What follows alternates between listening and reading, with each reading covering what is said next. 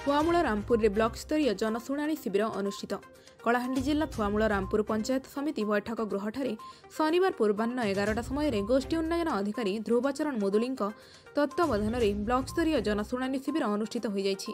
एही जनशुणाणी शिविर में ब्लॉक अध्यक्ष दयानिधि माझी, जिला प्रकल्प प्रशासक रामकृष्ण गंड, एई दिलीप कुमार पटेल, जेई सत्यनारायण बेहेरा, जेई प्रताप कुमार साहू, माणिक्यचंद्र नायक, कृष्णचंद्र नायक समेत ब्लॉक समस्त लाइन विभाग, पीईओ, जीआरएस, गाँ साथी उपस्थित रही।